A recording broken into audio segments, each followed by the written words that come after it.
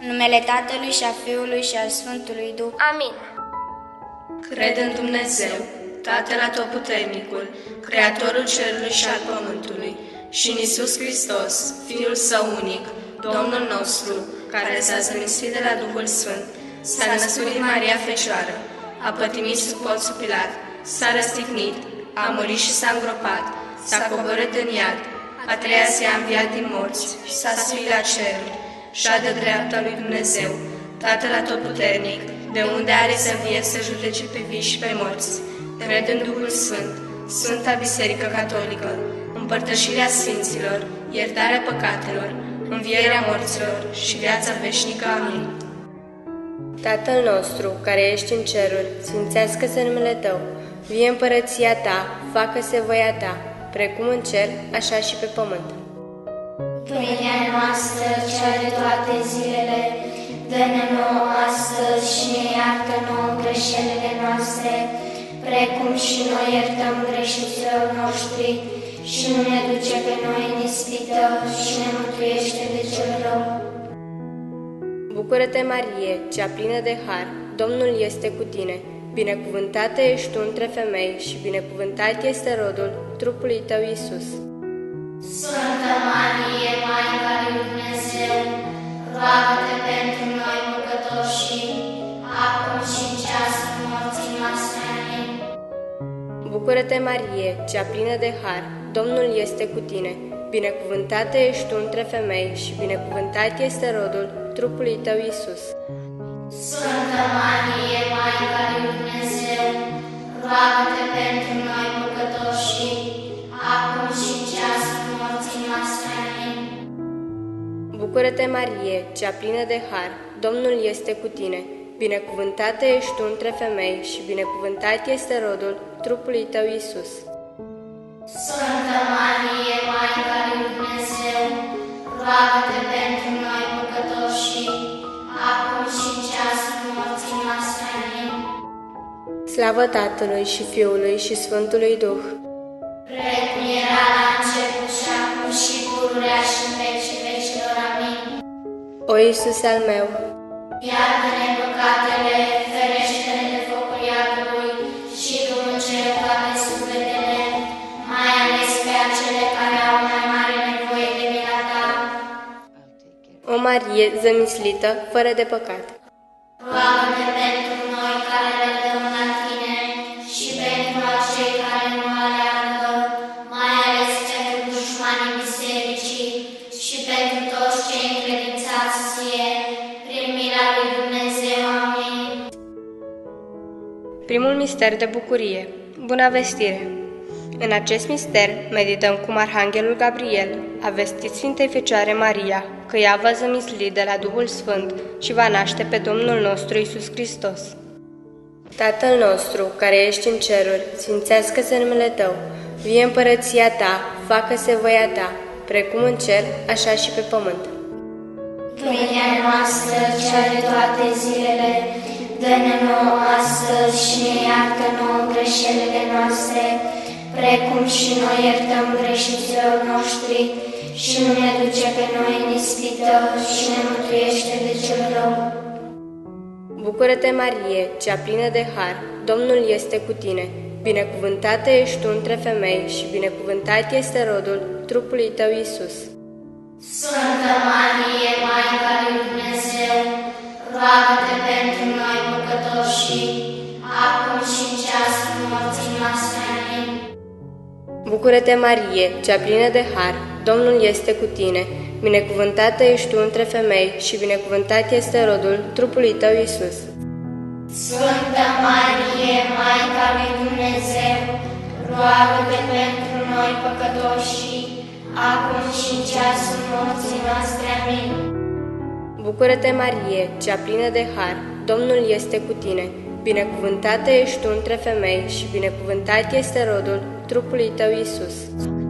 Sfântă Marie, Maica lui Dumnezeu, roagă-te pentru noi păcătoși, acum și în ceasul morții noastre. Amin.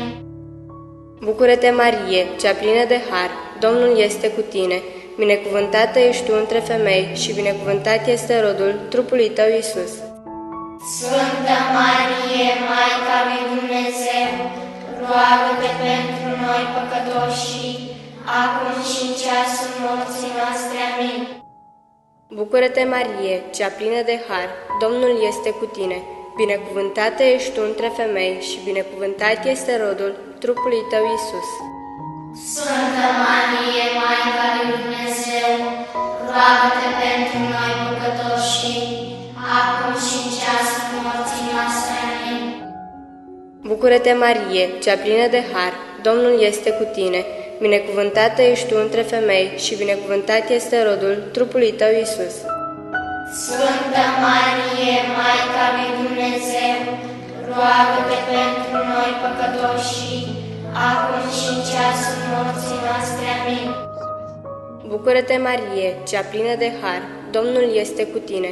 Binecuvântată ești tu între femei și binecuvântat este rodul trupului tău, Iisus. Sfântă Marie, Maica lui Dumnezeu, roagă-te pentru noi păcătoși, acum și în ceasul morții noastre. Amin. Bucură-te, Marie, cea plină de har, Domnul este cu tine. Binecuvântată ești tu între femei și binecuvântat este rodul trupului tău, Iisus. Sfântă Marie, Maica lui Dumnezeu, roagă-te pentru noi păcătoși, acum și în ceasul morții noastre. Amin. Bucură-te, Marie, cea plină de har, Domnul este cu tine. Binecuvântată ești tu între femei și binecuvântat este rodul trupului tău, Iisus. Sfântă Marie, Maica lui Dumnezeu, roagă-te pentru noi păcătoși, acum și în ceasul morții noastre. Amin. Bucură-te, Marie, cea plină de har, Domnul este cu tine. Binecuvântată ești tu între femei și binecuvântat este rodul trupului tău, Iisus. Sfântă Marie, Maica lui Dumnezeu, roagă-te pentru noi păcătoși, acum și în ceasul morții noastre. Amin. Slavă Tatălui și Fiului și Sfântului Duh. Precum era la început și acum și pururea și în vecii vecilor. Amin. O Iisuse al meu, Iartă-ne păcatele, ferește-ne de focul iadului și tu îngeri toate sufletele, mai ales pe acele care au mai mare nevoie de mila ta. o Marie zămislită, fără de păcat, Roagă-te pentru noi care le dăm la tine și pentru acei care nu aleargă, mai ales pentru dușmanii bisericii și pentru toți cei încredințați ție, prin mila lui Dumnezeu. Amin. Al doilea mister de bucurie, vizitarea Elisabetei. În acest mister medităm cum, după vestirea Arhanghelului Gabriel, Sfânta Fecioară Maria s-a dus la verișoara sa Elisabeta și a rămas 3 luni la ea. Tatăl nostru, care ești în ceruri, sfințească-se numele Tău, vie împărăția Ta, facă-se voia Ta, precum în cer, așa și pe pământ. Pâinea noastră, cea de toate zilele, dă-ne nouă astăzi și ne iartă nouă greșelile noastre, precum și noi iertăm greșiților noștri, și nu ne duce pe noi în ispită și ne mântuiește de cel rău. Cură-te, Marie, cea plină de har, Domnul este cu tine, binecuvântată ești tu între femei și binecuvântat este rodul trupului Tău, Iisus. Sfântă Marie, Maica lui Dumnezeu, roagă-te pentru noi păcătoși, acum și în ceasul morții noastre. Amin. Cură-te, Marie, cea plină de har, Domnul este cu tine, binecuvântată ești tu între femei și binecuvântat este rodul trupului Tău, Iisus. Sfântă Marie, Maica lui Dumnezeu, roagă-te pentru noi păcătoși, acum și în ceasul morții noastre. Amin.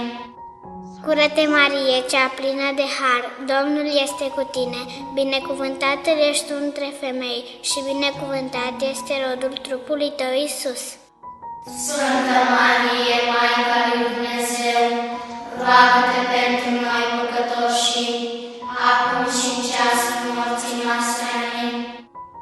Cură-te, Bucură-te, Marie, cea plină de har, Domnul este cu tine, binecuvântată ești tu între femei și binecuvântat este rodul trupului tău, Iisus.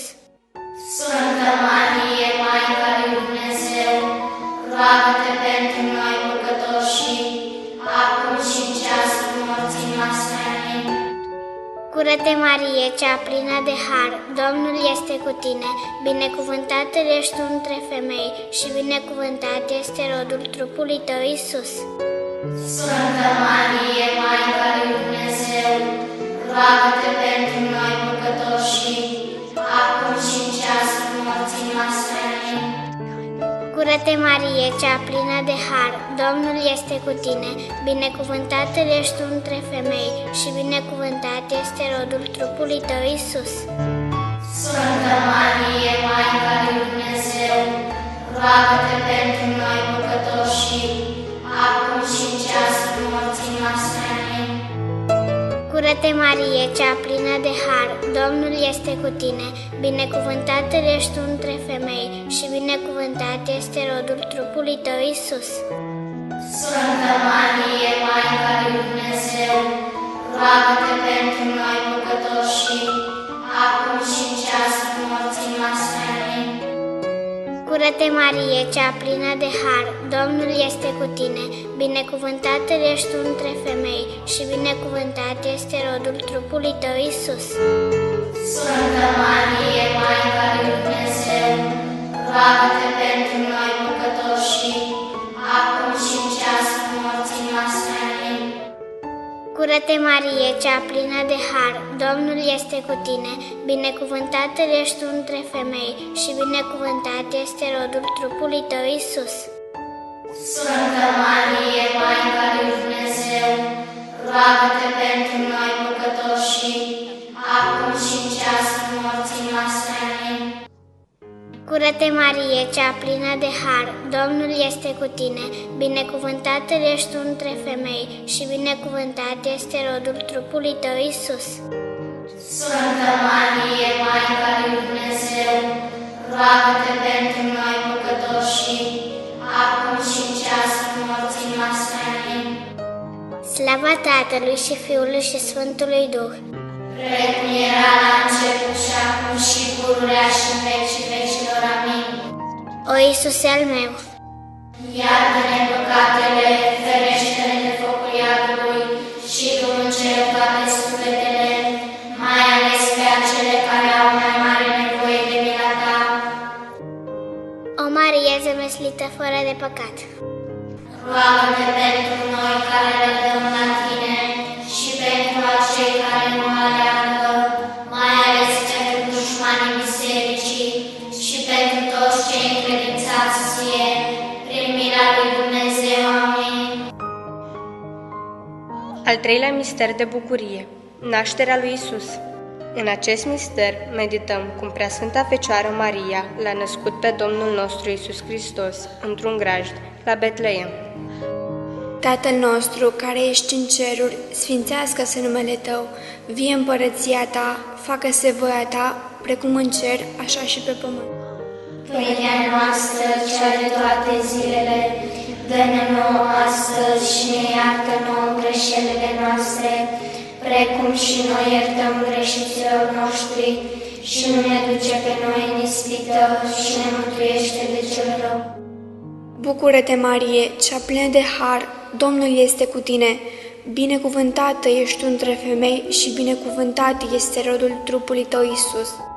Sfântă Marie, Maica lui Dumnezeu, roagă-te pentru noi păcătoși, acum și în ceasul morții noastre. Amin.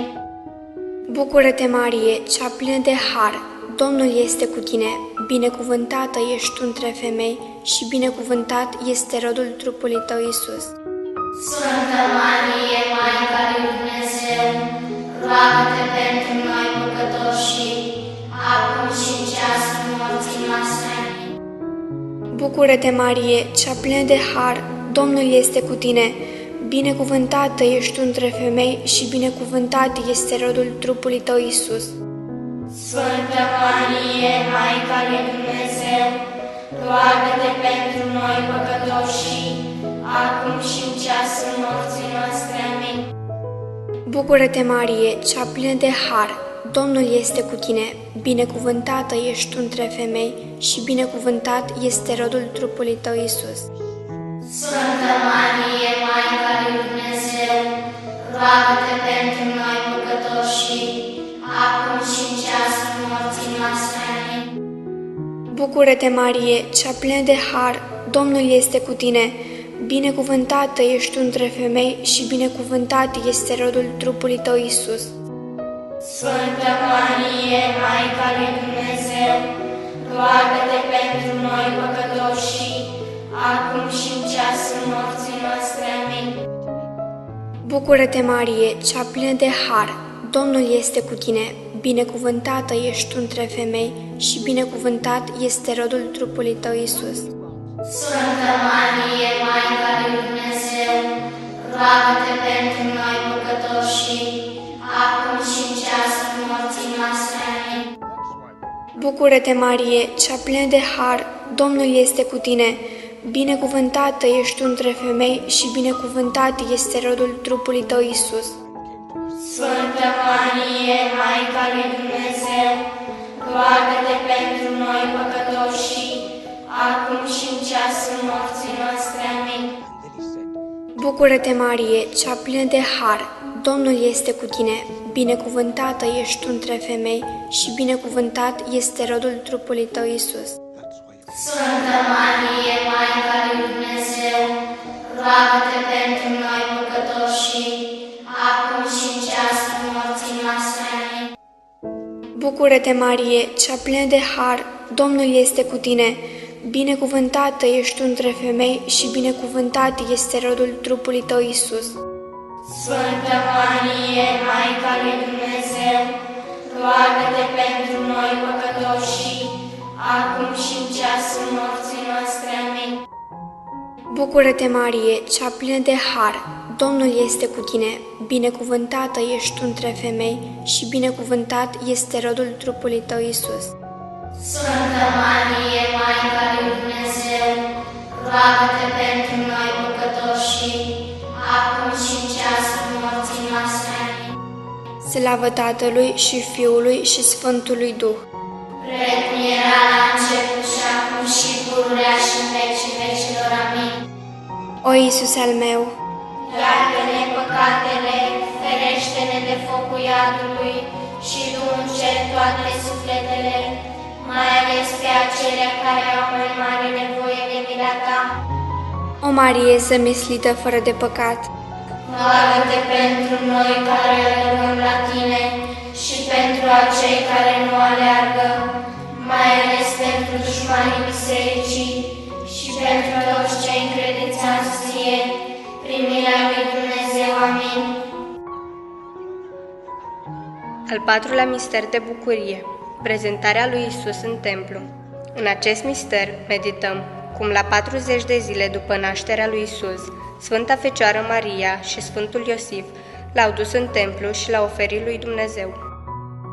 Tatăl nostru care ești în ceruri, sfințească-se numele Tău, fie împărăția Ta, facă-se voia Ta, precum în cer, așa și pe pământ.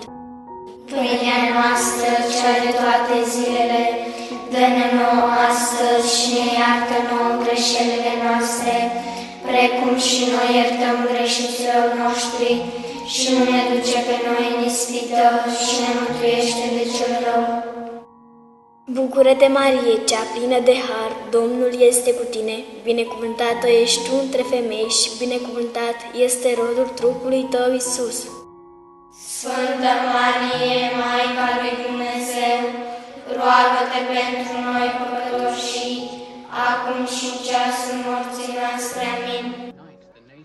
Bucură-te, Marie, cea plină de har, Domnul este cu tine, binecuvântată ești tu între femei și binecuvântat este rodul trupului tău, Iisus. Sfântă Marie, Maica lui Dumnezeu, roagă-te pentru noi păcătoși, acum și în ceasul morții noastre. Amin. Bucură-te, Marie, cea plină de har, Domnul este cu tine, binecuvântată ești tu între femei și binecuvântat este rodul trupului tău, Iisus. Sfântă Marie, Maica lui Dumnezeu, roagă-te pentru noi păcătoși, acum și în ceasul morții noastre. Amin. Bucură-te, Marie, cea plină de har, Domnul este cu tine, binecuvântată ești tu între femei și binecuvântat este rodul trupului tău, Iisus. Sfântă Marie, Maica lui Dumnezeu, roagă-te pentru noi păcătoși, acum și în ceasul morții noastre. Amin. Bucură-te, Marie, cea plină de har, Domnul este cu tine, binecuvântată ești tu între femei și binecuvântat este rodul trupului tău, Iisus.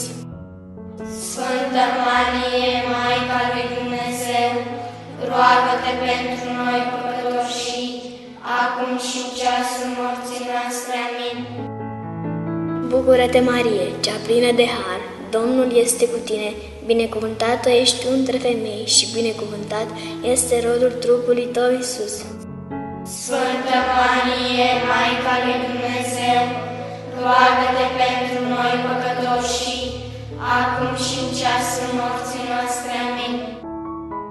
Bucură-te, Marie, cea plină de har, Domnul este cu tine, binecuvântată ești tu între femei și binecuvântat este rodul trupului tău, Iisus.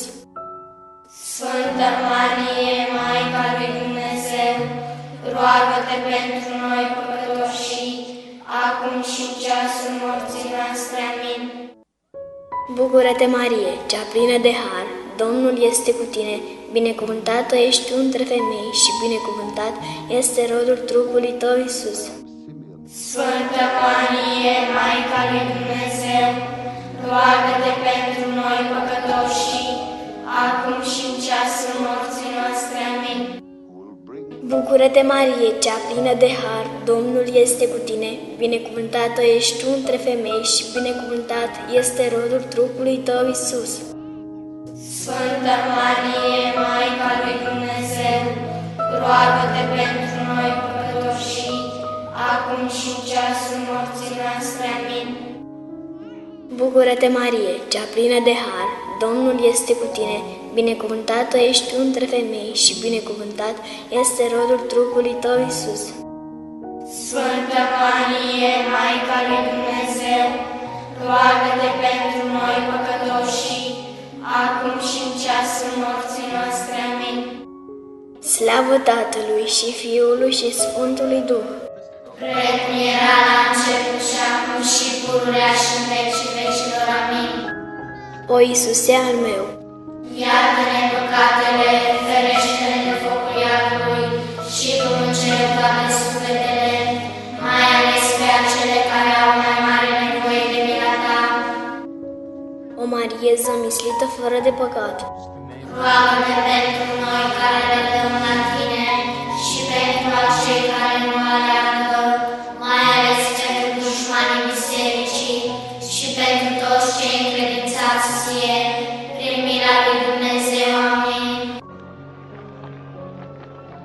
Al cincilea mister de bucurie, regăsirea lui Isus în templu. În acest mister medităm cum Preasfânta Fecioară Maria și Sfântul Iosif, pierzând pe fiul lor în vârstă de 12 ani și căutându-l 3 zile, l-au găsit la Ierusalim în templu, șezând în mijlocul învățătorilor, pe care îi asculta și îi întreba. Tatăl nostru, care ești în ceruri, sfințească-se numele Tău, vie împărăția Ta, facă-se voia Ta, precum în cer, așa și pe pământ. Pâinea noastră, cea de toate zilele, dă-ne nouă astăzi și ne iartă nouă greșelile noastre, precum și noi iertăm greșiților noștri, și nu ne duce pe noi în ispită și ne mântuiește de cel rău. Bucură-te, Marie, cea plină de har, Domnul este cu tine, binecuvântată ești tu între femei și binecuvântat este rodul trupului tău, Iisus.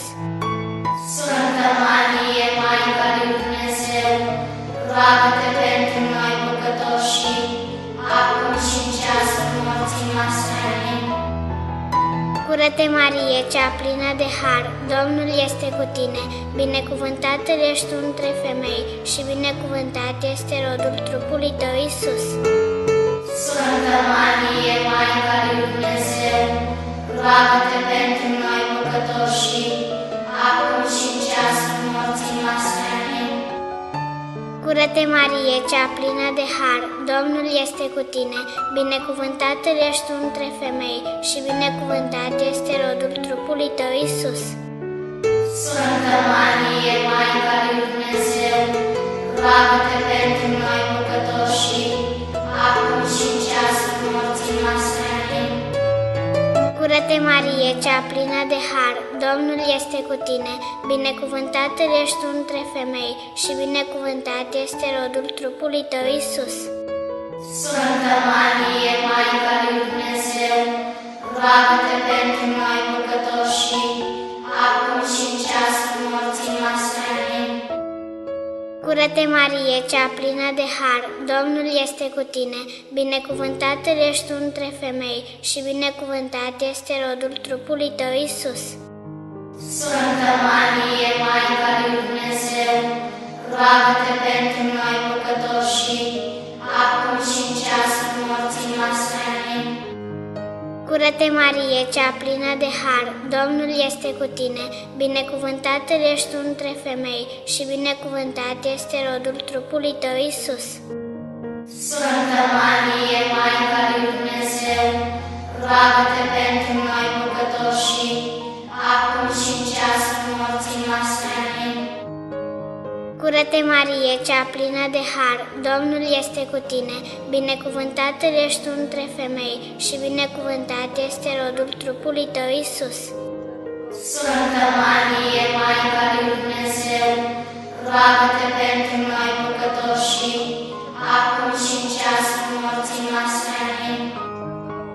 Cură-te, Marie, cea plină de har, Domnul este cu tine, binecuvântată ești tu între femei și binecuvântat este rodul trupului tău, Iisus. Sfântă Marie, Maica lui Dumnezeu, roagă-te pentru noi păcătoși, acum și în ceasul morții noastre. Amin. Cură-te, Marie, cea plină de har, Domnul este cu tine, binecuvântată ești tu între femei și binecuvântat este rodul trupului tău, Iisus.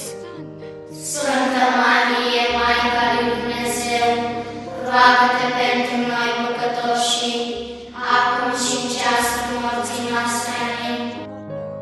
Cură-te, Marie, cea plină de har, Domnul este cu tine, binecuvântată ești tu între femei și binecuvântat este rodul trupului tău, Iisus.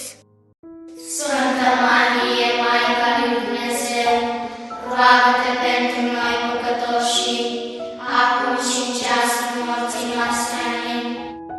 Slavă Tatălui și Fiului și Sfântului Duh, Precum era la început și acum și pururea și în vecii vecilor. Amin.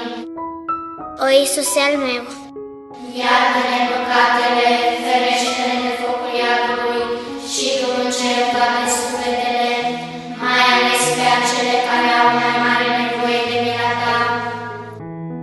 o Marie zămislită fără de păcat, Roagă-ne pentru noi care ne dăm la tine și pentru acei care nu aleargă, mai ales pentru dușmanii bisericii și pentru toți cei încredințați ție, prin mila lui Dumnezeu. Amin.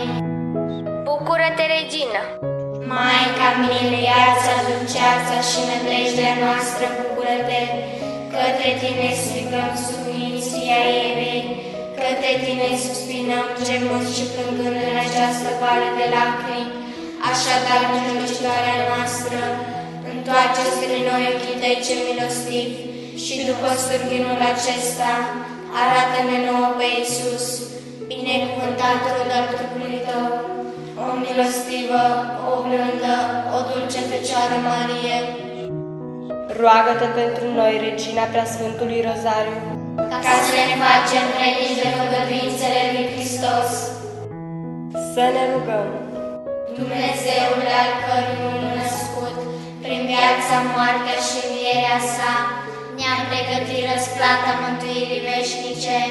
Dă-ne, te rugăm, harul ca cinstind aceste mistere, prin rozariul Preasfintei Fecioare Maria, să imităm ceea ce le cuprind și să dobândim ceea ce le făgăduiesc. prin același Hristos Domnul nostru. Amin.